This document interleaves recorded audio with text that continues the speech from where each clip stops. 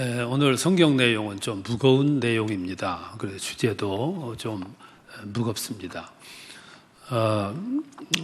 오늘 주제가 배신당한 예수님의 모습을 설명을 하고 있는데, 이 내용은 아주 오래전의 이야기지만 우리들이 이 사순절만 되면 꼭 한 번씩 거쳐가게 되는 그런 말씀입니다. 오늘도 배신은 난무하고 있는데, 배신하는 일도 불행한 일이지만 또 배신을 당하는 일도 참 불행한 일입니다.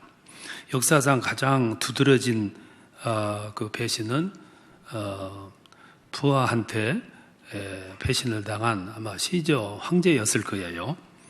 로마의 동전을 보면 브루터스 동전이라는 게 있는데, 기원전 44년에 황제 시저를 그 부하였던 브루터스가 암살을 하게 됩니다. 그리고 그걸 기념해서 동전을 발행하게 되는데, 그 동전 한 면은 암살자였던 그 브루터스의 흉상이 있고, 또 반대편에는 그 모자와 또 두 개의 검이 새겨져 있습니다. 모자는 노예에서 해방됐다는 것을 상징하고, 또 단검은 암살한 것을 상징해서 새겼다고 그래요. 그리고 그 밑에 라틴어로 에이드 마르라고 하는 글자가 새겨져 있는데, 그거는 기원전 44년 3월 15일이라는 글자입니다. 그거는 그 암살당한 날짜를 기록한 거죠. 왜 암살을 하게 됐냐면은, 기존의 질서였던 공화정이라는 것을 무너뜨리고, 이 시저가 제정을 만들어 가지고 자기를 황제로 만들어서 영구 집권하려고 하는 그런 것을 저지하려고 암살을 하게 됐다고 그래요. 그래서 폼페이 극장에서 검투사 경기를 개최하고, 그곳에 황제를 초청을 해가지고 원로원 위원들이 작은 방으로 그를 유인해 가가지고 거기서 암살했다는 거예요. 23번 칼로 찔렀다는 거죠. 그때 죽어가면서 이 시저가 말하기를 라틴 말로 에뚜 브루테라고 한마디를 내뱉고 죽었다는 거예요. 브루터스 너 맞어 라는 말이죠. 브루터스가 왜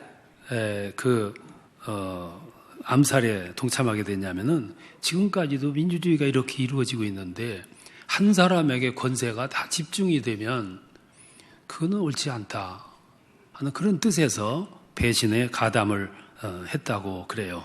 그래서 처음에 칼에 막 맞을 때 시저가 몸부림을 치고 한 거랬는데, 브루터스가 와가지고 칼을 들고 자기가 찌를 때는 포기했다는 거예요. 왜 그러냐면, 가장 가까웠고, 또 가장 믿었고, 가장 신뢰했던 사람이 여기 가담해서 칼을 들고 나를 찌르는 걸 보고, 에뚜 브라테, 브루터스 너 맞아. 그리고 그 옷을 얼굴에 덮고 스스로 포기해서 죽었다는 거예요. 충격적인 얘기죠. 너무 이 이야기가 충격적이라 후대에 단테라고 하는 사람이 신곡을 써요. 그 신곡은 천국과 연옥과 지옥을 여행하는 순례자의 모습으로 그려놓은 책이 신곡이에요. 특별히 거기 지옥편에는 그 지옥을 9층으로 만들어요.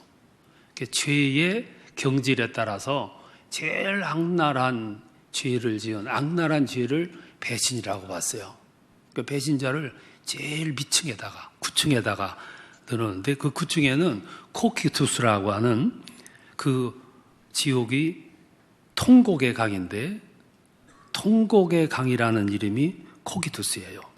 그래서 거기는 얼음바다예요. 그래서 이 브루터스를 갖다 거기다 넣어놓고 얼음바다에다가 얼음을 구멍을 내가지고 몸을 다 집어넣고 목만 내놓게 하고 그냥 고통을 당하게 만들어놨는데, 단테라고 한 사람이 또 한 사람 배반자를 거기다 갖다 넣었어요. 그것이 가론주다예요. 그리고 거기는 사탄이 지배하는 세계인데 세계의 얼굴을 가지고 있는 이 사탄이 입으로 저 밑에 있는 브루터스의 발가락을, 가룟 유다의 발가락을 그냥 깨물고 있는 모습으로 그려져 있어요. 그게 배신자들이 가는 그런 지옥이었어요. 그래서 이 두 사람은 역사를 뛰어넘어서 2000년이라고 하는 세월이 흘렀지만 이 두 사람을 배반의 화신, 배신자의 아이콘으로 우리에게 소개를 하고 있습니다. 매년 사순절만 되면 우리는 예수님의 고난을 말하게 돼요. 예수님의 고난을 말할 때 반드시 거치는 사람이 가룟 유다예요. 오늘 본문은 목요일 날 있었던 이야기를 설명을 하고 있어요. 예수님의 고난의 여정을 보면 목요일 날이 참 중요한 날이에요. 그날 오전에 어느 여인이 향유를 가지고 와가지고 예수님 머리에 붓는 도유 사건이 일어나요. 그리고 낮에 유다는 제사장들을 찾아다니면서 흥정을 해서 돈을 받아요. 그리고 저녁 시간에는 마지막 만찬이 이루어집니다. 그 만찬석에서 예수님의 제자들에게 떡을 이렇게 주면서 말씀하시기를 너희 중에 한 사람이 나를 팔리라 그렇게 말해요. 폭탄 선언이죠. 물론 나머지 제자들은 그런 상상도 생각도 없었어요. 그래서 저마다 나는 아니지요. 나는 아니지요. 그리고 자기의 결백을 주장을 하게 됩니다. 이 세상에서 슬픈 일이 많지만 정말로 슬픈 일은 배반하는 일이고 배반당하는 일이에요. 배신은 누가 하느냐 하면은 가장 가까운 사람이 하는 거예요. 가장 사랑받던 사람. 멀리 있었던 사람이 배반하는 일은 없어요. 내 옆에 있는 사람. 가장 가까운 사람. 사랑을 준 사람. 예수님도 가장 가까이 있던 제자로부터 배반을 당하는 거죠. 그래서 혹자는 예수님이 제자를 잘못 선택했다 그랬어요. 아주 악질에게 걸렸다 그랬어요. 정체성도 확인해 보지 않고 제자 삼은 것은 자업자적이다 그렇게도 얘기를 했어요. 그런데 유다는 어떻게 보면 성경을 보면 아주 악질적인 사람은 아니었던 것 같아요.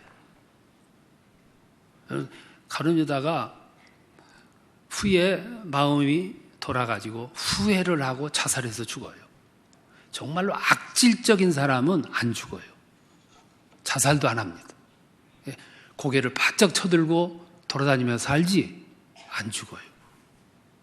가룟 유다는 죄책감에 의해서 자살을 한 걸 봐서는 그렇게 악질적인 사람은 아니에요. 그럼 왜 예수를 팔았는가? 몇 가지 이유가 있겠죠. 그걸 오늘 성경을 통해서 좀 보겠습니다. 그 중에 하나가 뭐냐면 자기의 기대와 어긋났어요. 유다를 얘기할 때는 반드시 그 앞에 그의 고향 이름이 따라와요. 가룟 유다입니다. 가룟은 저 남쪽 지방에 있는 유다의 고향 이름이에요. 저 남쪽에서 살아가던 유다가 어느 날 예수의 소식을 듣습니다. 그리고 예수님의 선풍적인 인기 소식을 들어요. 그리고 저분에게 가가지고 내가 제자가 된다면 크게 성공하겠다 하는 기대를 갖게 됩니다. 예수님이 사람들 앞에서 연설할 때 신금을 울렸어요. 공분을 자아내게 했어요. 권위가 있었어요. 사람들이 그에게 몰려갔어요. 그러면서 사람들의 마음속에 이구동성으로 갖는 마음이 하나 있었는데 저런 분을 이 시대의 지도자로 삼으면 이 나라, 우리 민족을 해방시킬 수 있을 것 같아. 그런 희망을 갖게 됩니다. 금방 독립이 될 것 같았어요. 이런 기대를 가진 사람들을 가리켜서 시칼이라 그랬어요. 그 말은 열심당원이라는 뜻이에요. 시칼이라는 말은 마음에 칼을 품다라는 뜻이에요. 마음에 칼을 가지고 있다가 어느 순간 로마에 충성하는 동족을 볼 때 테러하는 그게 열심당원이었어요. 유다는 그런 생각을 했겠죠. 이런 시점에 예수를 사람들이 힘을 모아가지고 왕으로 세우면 이 민족의 앞날에 크게 일할 것이다. 독립을 쟁취하게 해줄 거다. 그런 기대를 갖게 됐습니다. 그런 기대 때문에 스스로 뛰어와서 제자가 됐고, 뿐만 아니라 그런 기대를 가지고 매일매일 소망의 꿈을 키워갔어요. 그런데 시간이 가면 갈수록 그 기대가 자꾸 허물어져 갔어요. 그리고 절호의 기회가 올 때마다 예수님은 회피했어요. 가장 절호의 기회가 언제냐면은 오병이어 사건 직후였어요. 성경으로 5,000명이 모였다고 그러는데 어린아이, 노인, 여인 합하면은 3만 명 이상이 모였어요. 광야에 그 시대에 3만 명 이상이 모였어요. 거기서 예수님은 조그마한 오병이어의 자료를 가지고 그들을 다 먹이고도 남겼어요. 이건 있을 수 없는 일인데 현실로 나타났어요. 그날 유다는 흥분했을 겁니다. 그래서 예수를 왕으로 삼으려고 하는 진두지휘를 했을 거예요. 그런데 예수님은 살짝 빠져서 피신해버렸어요. 절호의 찬스인데, 이 기회였는데, 큰 기대를 가진 사람이 기대가 어긋나면 실망이 큰 법이에요. 실망이 크면 반작용 나요. 그래서 배반자가 되는 거죠. 아주 위험한 모습이죠. 그래서 유다가 배반을 했다는 거죠. 여러분, 신앙이라는 게 뭡니까? 신앙이라는 것은 내가 어느 순간 눈을 떠서 하나님을 알게 됐어요. 하나님을 알고 하나님의 뜻을 알게 됐습니다. 그러면 그 뜻을 믿고 순종하는 삶이 신앙생활이에요. 내가 어느 날 예수님을 발견했어요. 알게 됐습니다. 그래서 믿게 됐고 예수님의 가르침을 따르게 됐어요. 그래서 그분에게 순종하기로 결단하고 따라가요. 그게 예수님의 제자입니다. 그게 믿음이에요. 예수 믿으면 복을 받는다더라. 그건 2차적인 얘기예요. 내가 예수님의 뜻을 신뢰하고 믿고 따르고 순종하는 삶이 신앙의 삶이에요. 근데 오늘은 사람들이 하나님을 믿는데 어떻게 믿느냐 하면은 내 욕구를 채우기 위해서 하나님을 믿어요. 하나님은 우리의 욕구를 채워주기 위해서 존재하는 분은 아닙니다. 그럼에도 오늘 많은 사람들이 하나님을 믿을 때, 예수를 믿을 때 내 욕구를, 내 목적을 이루는 수단으로 활용을 해요. 그러다가 그 이루어지지 않을 때는 미련 없이 떠나요. 신앙의 길에 들어왔다가 떠난 분들 대다수가 거기 속해요. 왜? 예수와 하나님을 내 목적을 이루는데 수단으로 쓴 거예요. 가론 유다가 그랬어요. 실망이 될 때 배반자로 나타나는 거죠. 또 하나는 사태 전개가 상당히 불리해졌어요. 유다가 예수님에게 발을 깊숙이 들여놨습니다. 왜 그러냐면 예수께서 성공만 한다면 나도 성공하리라. 기대 때문에. 그래서 유다는 예수님에게 충성을 다했습니다. 열정을 다 쏟았습니다. 그리고 그분을 왕으로 추대하려고 안간 힘을 썼어요. 예수님이 가는 곳마다 환호를 받았어요. 박수를 받았어요. 기적을 일으켰고 찬사를 받았고, 그래서 그 기대가 날로 충천했겠죠. 그때 사람들은 예수를 세례 요한이 환생했다고 믿었어요. 아니면 하늘이 이 민족의 앞날 해방을 위해서 보내신 메시아라고 믿었어요. 그래서 사람들이 막 몰려왔어요. 광야에 3만 명 이상이 몰려온 거예요. 그런데 예수님의 공생의 후반기에 들어서자 방향이 이상하게 돌아가요. 예수님은 절호의 기회 때마다 회피를 해요. 임하는 자세가 소극적이에요. 자꾸 죽는다고 그래요.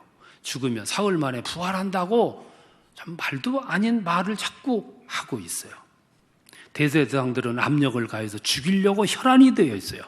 이때 예수께서 만약의 경우 죽는다면 나는 어떻게 되는가? 계산했겠죠. 계산 안 할 수 없잖아요. 저울질을 해봅니다. 만일 여기서 예수님 죽는다면 나의 앞날은 어떻게 되나? 나는 이미 예수에게 발을 깊이 들여다놓은 사람인데 그러면 예수가 죽을 때 나도 환난을 당할 것이 아니냐. 계산하면 그런 계산이 나와요. 그래서 가룟 유다는 자기 입지를 위해서 그때부터 양다리를 걸치게 됩니다. 양다리를 거치고 대제사장들에게 보험을 들기 시작해요. 오늘날로 말하면 각색하면 그렇다 그 말이에요. 보험 들기 시작해요. 그때부터 예수의 신변에 대한 1급 비밀들, 정보들을 대제사장들에게 제공하기 시작하는 거예요. 그 증거 가운데 하나가 예수님 머리에 기름 붓는 사건이에요. 어느 여인이 와가지고 고가의 기름을 예수님의 머리에 부어요. 그때 가룟 유다가 나서서 신라를 합니다. 왜 그 값비싼 것을 가난한 사람들에게 나눠줄 일이지 이렇게 허비하느냐. 그 이야기는 가난한 사람 생각한 게 아니고 대제사장들에게 메시지를 준 거라는 거죠. 그런 마음을 간파한 사람이 누구냐면 사도 요한이에요. 사도 요한이 요한복음을 쓰면서 뭐라고 그랬냐면 이는 유다가 가난한 사람을 생각함이 아니라 돈을 훔쳐가려 함이로라. 속셈을 그대로 그랬어요. 그 말은 가룟 유다가 지수처를 썼다고 말이에요. 분위기가 환경이 불리하게 돌아가요. 재빨리 계산에 앞선 거죠. 또 하나가 있어요. 결정적인 사건인데 그게 뭐냐면 유다가 무언가 씌웠어요. 여러분 사람들이 시간이 지난 다음에 왜 그때 그랬냐 그러면 내가 그때 뭔가 씌웠었어 그러지 않아? 뭔가 씌우면 이성을 잃어요. 판단력을 잃는 거죠. 요한복음 3장 2절에 보면 마귀가 벌써 시몬의 아들 가룟 유다의 마음에 예수를 팔려는 생각을 넣으니라 그랬어요. 누가복음 22장 3절에 보면 12 중에 하나인 가룟이라 부르는 유다에게 사탄이 들어갔다 그랬어요. 씌웠어요. 유다는 돈 때문에 예수를 판 거는 아닌 것 같아요. 돈 때문에 예수를 팔았다면 은 30 그거 받고 안 팔아요. 은 30은 어느 금이냐면 소 한 마리 값이 오늘날로 말하면 그거 받기 위해서 그 엄청난 일을 할 리가 없는 거죠. 왜 했냐? 유다는 완전히 뭔가 씌웠어요. 분별력을 잃어버렸어요. 그리고 나서 얼마 후에 정신을 깨고 보니까 이미 엄청난 짓을 저질렀어요. 회복이 불가능해요. 예수님은 처형당하게 생겨서 가책을 느낀 거죠. 그래서 자살한 거예요. 여기서 오늘 현대인 그리스도인들에게 주시는 메시지가 있어요. 그게 뭐냐면 오늘 이 세상에 가룟 유다가 2000년 전에만 있었냐 그 말이에요. 가룟 유다가 2000년 전에 그 장소에만 있었느냐 그 말이에요. 오늘도 가룟 유다의 길을 걸어간 사람이 얼마나 많은데 교회 안에서도 집안 안에서도 사업체 안에서도 우리가 살아가는 이웃에서도 얼마든지 있는데 오늘도 스승을 파는 사람이 한두 사람이고 부모를 버리는 사람이 자식이 한두 사람이고 친구를 속이고 심지어는 예수를 버리고 하나님을 버리는 사람들이 한두 사람이냐 이 말씀이야. 문제는 내 안에도 유다가 있다는 거예요. 내 안에 조용히 있는 유다가 언제 어느 시기에 이게 고개를 들고 일어나서 나로 하여금 유다를 만들어 나갈지 누가 아느냐 이 말씀이야. 우리는 기도해야 되는 거죠. 두 가지를 위해서. 내 안에 유다의 요소가 고개 들지 못하도록. 그게 고개를 드는 날이면 나도 씌우는 거죠. 여러분, 무서운 일 저지른 사람은 순간 뭐가 씌었어요. 이성을 잃어요. 판단력을 잃습니다. 앞날을 못 봐요. 오늘만 보고 일을 저지르는 거예요. 내 안에 있는 유다 때문에. 오늘 우리 안에 다 유다가 있어요. 언제 이 유다가 현실로 나타나는지는 몰라요. 그리고 그 유다는 언제 나를 활용해가지고 자기와 똑같은 화신을 만들어내는지 모르는 거예요. 또 하나 위해서 기도해야 되는 거는 배신의 대가가 너무 커요. 너무 엄청나. 가룟 유다가 마침내 양심의 가책을 느끼고 자살해서 죽어요. 그럼 그것은 끝납니까? 지난 2000년 동안 시간과 역사와 공간을 넘어서 지금까지도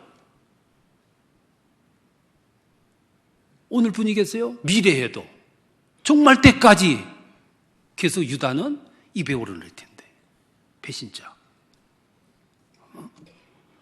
여러분, 수십 년 전에 있었던 친일파, 그때 친일파면 끝난 이야기 말씀이에요. 지금까지도 친일파의 자손들은 계속해서 아픔을 당하잖아요.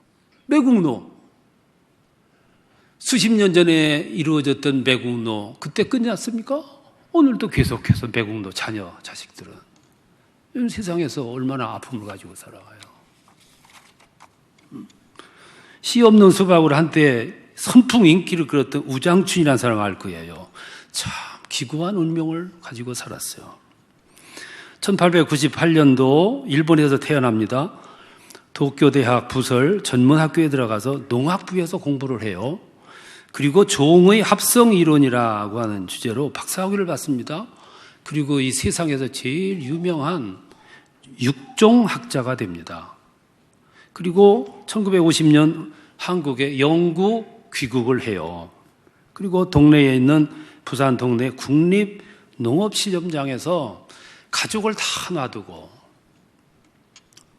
모든 걸 놔두고 호렬단신 이 땅에 와가지고 연구에만 몰두했어요. 가족을 다 놔두고 혼자 초라하게 연구에 몰두하게 된 사연이 있어.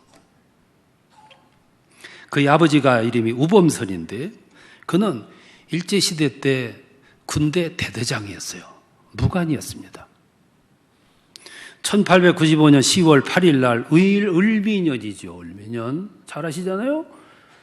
명성황후가 시해되던 날, 그날 군대를 끌고 가서 시해를 하고 그 시신을 갖다가 녹지원에 갖다가 놓고 이불을 뒤집어 씌우고 기름 뿌려 태운 사람의 진두지휘한 사람이 우장춘의 아버지요.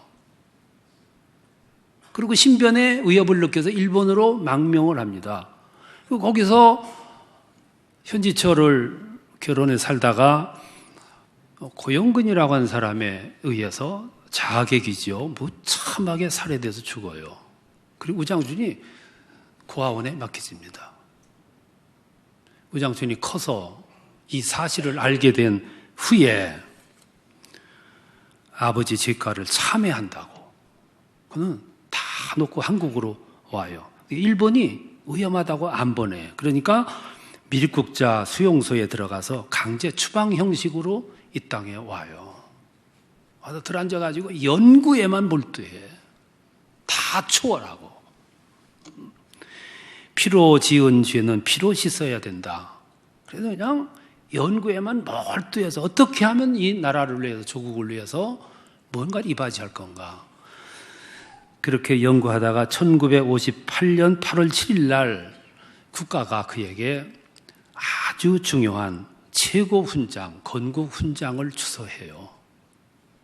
그걸 받아들고 그는 이렇게 말했어요. 내 조국이 이제야 나를 용서해 주는구나. 그리고 3일 후에 눈을 감았다는 거예요. 이것이 배반의 대가예요. 결과가 너무 커. 브루터스나 가룟 유다는 2000년 전에 있었던 이야기예요. 그런데 오늘도 배반자 하면 이 두 사람을 떠오르는 거예요. 배반은 왜 일어나느냐면 내 이익에 착할 때 배반이 일어나는 거예요. 내 이익을 생각하지 않으면 배반이 일어날 수가 없어. 내 이익을 생각하니까 스승도 팔고, 내 이익을 생각하니까 부모도 파는 거예요. 친구도 팔고, 이웃도 팔고. 내가 뭔가를 이루려고 했는데 이루어지지 않으니까 예수도 버리는 것이고 하나님도 버리는 거예요. 내 이익이 중심이 돼서. 오늘 또 제2, 제3의 가룟 유다가 여러분 얼마나 많아요. 내 집안에도 있고, 교회 안에도 있고, 내 이웃에도 있고, 직장에도 있고, 하마터면 내 자신도 유다가 될 수 있다 이 말씀이에요. 그래서 오늘 또 예수가 버림받고 하나님이 버림받고 잊혀지고 내가 배신자가 된 줄도 모르고 살아가는 거예요. 2000년 전에 있었던 그 사실을 성경이 자세하게 기록하는 것은 그만큼 오늘 우리들에게 주신 메시지가 강하기 때문입니다. 사순절 네 번째 주간 우리들이 묵상해야 될 말씀은 이 말씀입니다. 여러분, 배신자가 아니라 세우는 자, 섬기는 자, 영광을 나누는 자, 하나님의 뜻을 이루는 역할하는 그리스도예요. 여러분들을 통해서 나타나시기를 축원합니다.